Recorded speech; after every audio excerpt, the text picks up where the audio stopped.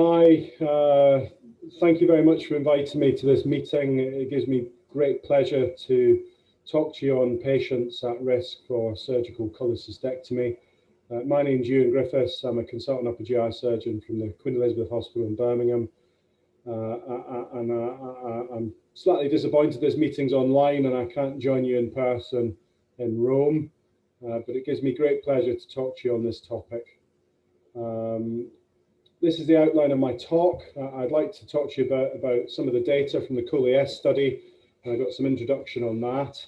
I want to talk to you about the importance of intraoperative gallbladder difficulty scoring and how that can predict patients at post-operative risk. I'm going to show you some data on how we can predict difficult operations. And I'm going to talk about who else is at risk from cholecystectomy. Mainly some new data on age and frailty being associated with complications after the operation. And I'm also going to end with a historical anecdote from Birmingham from 150 years ago, where gallbladder surgery began in Birmingham, and that'll end my talk. To start with the CHOLES study, this was a large trainee-led collaborative project, which I was one of the leads for. And it looked for data from UK and Irish hospitals, and it included 167 hospitals throughout the UK and Ireland. And we had 50% of these hospitals were university hospitals, 26% had specialist HPB services, 6% were day case units and smaller hospitals only offering elective surgery. And we collected 8,909 patients who had cholecystectomy in a 2-month period. And this was data from way back in 2014. But it led to many publications. Our protocol was published in BMJ Open, and we had 3 main results papers looking at outcomes after surgery, the variation in emergency surgery throughout the UK and Ireland. And we also had a cost-effective analysis comparing the costs for emergency and delayed surgery. All these were published in the British Journal of Surgery. And we had also had 1 paper in the HPB journal looking at risk factors for conversion to laparoscopic to open cholecystectomy. And that's available to look at online. I think grading intraoperative gallbladder difficulty is very important. I'd encourage you to all use the Nassar score, mainly because it was used in a very large data set. The data was collected prospectively, it was multi-center. We also had an external validation cohort of over 6,000 patients. And we've now developed a score that can predict this difficulty using pre-op variables. The Parkland score is good, but wasn't validated in many patients. The Kashiri score has some disadvantages in that grade 4 was a conversion to open operation. And as we know, conversion can change depending on the grade and the confidence of the surgeon to do advanced laparoscopic techniques. Tokyo guidance is excellent, but it's complex and it includes organ failure scoring and other factors, which means it has less clinical applicability. The World Society of Emergency Surgery have the G10 score on 10 variables. 2 of these are BMI and previous surgery. And whilst the initial study was quite large, having 504 patients, it's not been validated yet and doesn't have the numbers of the Nassar score. The American Association for Surgery for Trauma also have a similar scoring system, but again, doesn't have many patients. So this is our paper using the CHOLES data. It was published in Surgical Endoscopy 3 years ago now. And I wanted to talk a bit about it. For this, we used the Nassar grade for cholecystectomy difficulty. And as you can see, there was either grade 1, grade 2, grade 3, or grade 4. And this was based from data from Nassar's an original paper in 1995. The gallbladder can be graded grade 1 when it's an easy gallbladder. The gallbladder is very floppy, non-adherent. The cystic pedicle is very clear. There's no anatomical abnormalities. Adhesions are either none or very simple and just involve the neck of the gallbladder. Grade 2 is where the gallbladder is a bit more difficult, has a mucocele, or it's packed with stones. The cystic pedicle can have lots of fat and be slightly more difficult to dissect. Adhesions can be there, but just simple and up to the body. Grade 3 is a much more challenging gallbladder, either a deep fossa or acute cholecystitis, or a contracted or fibrosed gallbladder, or it can be a Hartmann's adherent to the CBD or in some form of impaction. The cystic pedicle can have abnormal anatomy, or the cystic duct can be short, dilated, or obscured. Adhesions can be a bit more dense and up to the fundus, or involving the hepatic flexure of the colon or the duodenum. Grade 4 is the worst grade, where the gallbladder is completely obscured, or can have empyema, gangrene, or a mass, or the cystic pedicle is basically impossible to dissect or clarify. The adhesions are dense, fibrotic, and completely wrap the gallbladder and do involve the duodenum or hepatic flexure and are very difficult to separate. Interestingly, Nassar has recently revised his grading system and has a grade 5, and these include things like fistulas to the duodenum or Maritzi type syndrome. The grade 5 wasn't used in our studies. And we used the two data sets. We used the CHOLES data set of a multi-center, many surgeons having nearly 9,000 patients. And then we used Nassar's single center, single surgeon data set. And up to the time of the papers, that had just over 4,000 cholecystectomies in it. And that's a picture of Ahmed Nassar, the surgeon who was involved in these studies. And we're very grateful for his help in these two papers. This is a graph of operations taking more than 90 minutes. As you can see that the difficulty grade, the higher the difficulty grade, the more likely it was to take a long time. And this was statistically significant. Over 60% of operations were more than 90 minutes in grade 4 categories. Conversion to open surgery hardly occurred in grade 1 and grade 2 and started to occur at rates of about 3 to 4% in grade 3s, but markedly increased in grade 4 gallbladder difficulties with rates of up to 27% in the CHOLES series. Interestingly, less in Ahmed Nassar's series, probably testament to his excellent surgical skills, the fact that he's a specialist gallbladder surgeon who focuses on this disease, and it says his passion, and therefore he has developed skills to do these laparoscopically with very low conversion to open surgeries. Complication rates occurred at a surprising rate, even with early gallbladder difficulties, and rates of 10% were seen in grade 3 difficulties, but much higher rates of over 20% were found in grade 4. Reintervention rates, and these were things like ERCP, drainage of the gallbladder bed with IR, or taking the patient back to theatre for reoperations, were much higher in grade 4s. And we had rates of 20% in the CHOLES series, and again, lesser rates in Mr. Nassar's series. And all these were significant in multivariate analysis, accounting for other factors. And the Nassar difficulty grade was associated with increased operative times, increased conversion to open, increased 30-day complications and 30-day reintervention rates on multivariate analysis. Other factors were significant also, including age, high BMIs, the diagnosis of emergencies or cholecystitis, admission types, emergencies or delayed surgery, higher ASAs, whether the patient needed a preoperative CT scan, CBD dilatation or thick wall gallbladder, but the only one to score across the whole board of surgery of greater than 90 minutes, conversion to open operations, 30-day complications or 30-day re-intervention was the intraoperative Nassar gallbladder difficulty grade.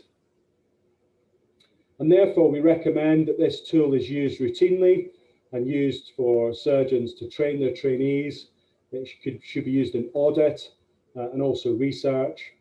And we think it should be documented in all the operation notes for cholecystectomy.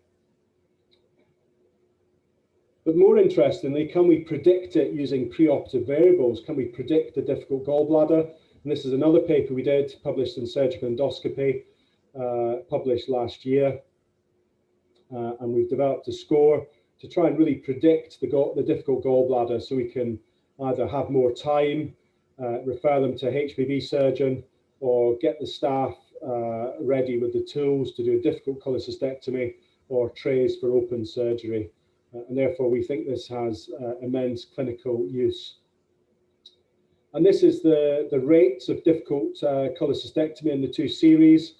As you can see in the Chole-S series, rates of a difficult gallbladder, which we consider to be grade 3 or greater, and rates were nearly 30% of these very difficult gallbladders. The Scottish dataset from Ahmed Nazar had higher rates of difficult gallbladders, but he's a referral specialist and takes referrals for difficult cholecystectomy, and also does an immense amount of CVD explorations, which are very challenging, and therefore he had a higher rate of gallbladder difficulty. We developed this score.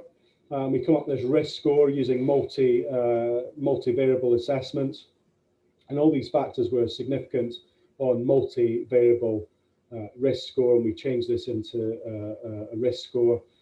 Factors were age, the higher the age, the difficulty of the operation, male gender, predicted difficult operations, higher ASA grades, particularly grade 3 or above, or 4 or 5, with emergency operations predicted difficult gallbladders, as did diseases of CVD stones and cholecystitis, thick wall gallbladders, CVD dilatation, preoperative ERCP, and either delayed or emergency operations were in the score. And if you added up the score, you could predict the percentage likelihood of a difficult operation, and that was having a grade 3 or more gallbladder difficulty. And what we'd like to do is convert this into an online score, and this is the MD Calc website, and they've got our previous score for the duration of operation in minutes, and you can use this score to convert into the likelihood of the operation taking more than 90 minutes. And we'd like to see our difficulty score on this website as well. And hopefully the team from MD Calc will add it soon, and you can all use it. Who else is at risk of complications after cholecystectomy? Well, I want to use the next few slides to talk about age and frailty. Frailty and age come together, but they're not always completely synonymous. And if you do have patients who are frail and elderly, it's very important that you assess them very carefully. Involve geriatricians in optimizing their medical comorbidities, involve physiotherapists to try and rehabilitate them and get them as fit as possible for surgery. And it's very important to use common frailty assessment scores such as the Rockwood or the Edmonton Frailty Index, and use careful anesthetic assessment for these patients.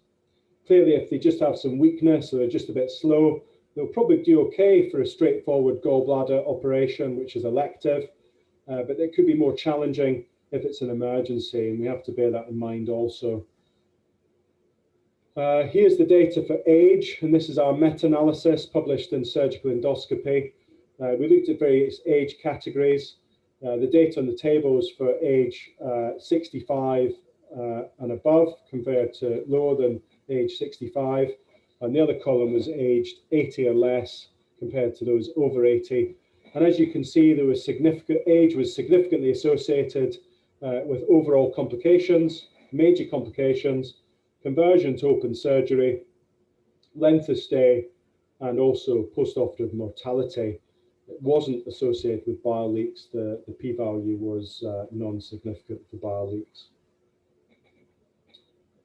There's increasing data for frailty, and this is a large NSQIP American cohort showing that increasing frailty was associated with increasing mortality, increasing grade 4 Clavien-Dindo complications, increasing rates of reoperation, and increasing length of hospital stay. Again, highlighting the fact that you should assess these patients for frailty and involve your geriatricians. What to do when the operation is difficult? Well, this often involves an emergency operation, and it was a pleasure to be involved in a book chapter with Isidora Di Carlo, one of your professors of surgery from Italy, and I wrote a book chapter. This is one of the pictures we used with one of the emergency operations in Birmingham. And as you can see, it shows a patient with a very challenging gallbladder with acute cholecystitis. The gallbladder needed drained, and you can see the gangrenous portion of the gallbladder as it's removed from the liver bed. What do we do in these challenging situations? Well, it's important to orientate your anatomy, make sure you're dissecting in the zones of safety, and it's really important you try and achieve, if possible, the critical view of safety. And if that's confirmed, you can do a standard operation. If it's not, and the gallbladder is dangerous, you need to decide on a bailout option. And that could involve doing a subtotal cholecystectomy, either reconstituting the Hartmann's pouch or leaving the gallbladder, remaining gallbladder open and leaving a drain. Or you could decide to convert to open surgery or involve a specialist or senior surgeon to help you in these difficult operations. This is never a sign of weakness and always a sign of good surgical strategy, because these gallbladder operations can be extremely challenging. Interestingly, subtotal cholecystectomy is not new, and this is why I wanted to move on to talk about a surgeon, actually a gynecologist called Lawson Tate, who operated in this town of Birmingham where I'm speaking to you today. He was a pioneering surgeon and gynecologist who worked out of Birmingham Hospital for Women. This is a hospital that's subsequently been knocked down, but he developed this gallbladder scoop or spoon, which he used to perform subtotal cholecystectomy. They didn't have the skills in that era, 150 years ago, to remove the gallbladder intact. They often operated on advanced disease, where they just opened the gallbladder up and scooped out all the debris and muck. Interestingly, this was done by a gynecologist, as obviously most of the patients with gallstones were women. And Lawson Tate had a large series of these patients who he operated on. So I want to imagine you're in the operating theatre in the Birmingham Women's Hospital 150 years ago. And I'm going to read out from a paper that was published about 60 years ago in the history of gallbladder surgery. And it goes like this. On one occasion in the early days, a well-known lady who was suffering from gallstones sought the opinions of many physicians in London, Edinburgh, and Birmingham, but finally decided to submit to an operation in Birmingham by Lawson Tate. At the time, those who attended the operating theatre did not wear sterile gowns. And on this occasion, a number of physicians attended, all of them in immaculate frock coats and holding their hi-hats in their hands. They crowded round, hoping, such as the unpopularity of Tate, to see him discomfited. Tate, aware of the hostility, opened the abdomen and without the slightest delay took that spoon of his and scooped out the stones and gallbladder mud with which he bespattered the onlookers so that they beat a hasty retreat. Now, that apparently did happen in Birmingham. I'm sure we have much more collegiate relationships with our physicianly colleagues. If we did that today, that would involve a serious complaint and probably in the UK a referral to the General Medical Council. But I just add it as a historical interest to say that this was performed in Birmingham. This is the operation they did. They scooped out all the stones and debris and cleaned out the gallbladder as best they could before formal cholecystectomy was invented about 40 years later. The data in this study, I must thank the management committee of the COLES study, which I was a member of, and we formed this study group out of the West Midlands Research Collaborative. I'm very grateful for their help in these papers, which I've presented to you today. We also couldn't have done the study without the 642 collaborators and data validators, and we're extremely grateful for them. And I'm extremely grateful for you inviting me to talk to you today, and it's such a shame I can't be with you in Rome. But if you have any questions on this talk, or would like some of the PDFs of the studies I've mentioned, or information about the historical quote I provided, please feel free to email me. I'd be very grateful to keep in touch with you. And thanks again for inviting me. Thank you.